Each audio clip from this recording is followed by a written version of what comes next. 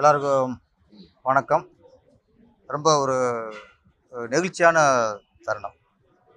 ஆ, அந்த முதல்வர் சீட்டில் எங்கள் விஜய் சாரை ஆ, பார்த்தது அந்த அந்த நேரம் அதுக்கு அந்த பரவசத்தை வந்து எப்படி சொல்கிறதுன்னு தெரில.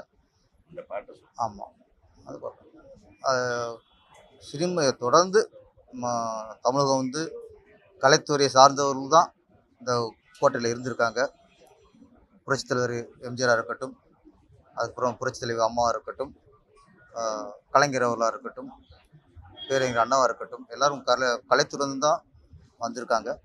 அந்த வரிசையில் இன்றைக்கி மாண்புமிகு முதலமைச்சர் ஜோசப் விஜய் இது சொல்லும்போதே எங்களுக்கு ரொம்ப ரொம்ப சந்தோஷமாக இருக்குது. ஏன்னா நாங்கள் எல்லாருமே நெருங்கி பழகினவங்க, நாங்கள் எல்லாமே ஒரே குடும்பத்தை சேர்ந்தவங்க தான்.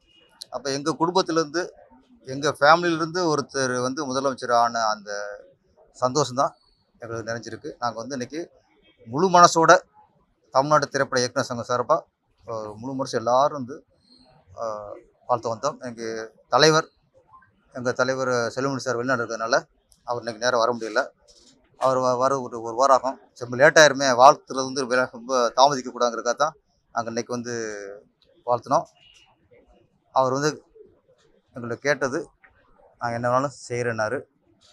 இந்த திரையுலகுக்கு நிறையா செய்ய அவர் காத்திருக்கிறாங்கிற அந்த ஒரு அக்கறை எங்களுக்கு தெரிஞ்சிச்சு.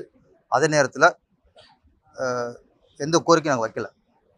ஏன்னா இப்போ தான் பதவியேற்றிருக்கிறாரு, எங்கள் எந்த கோரிக்கையும் வைக்கல.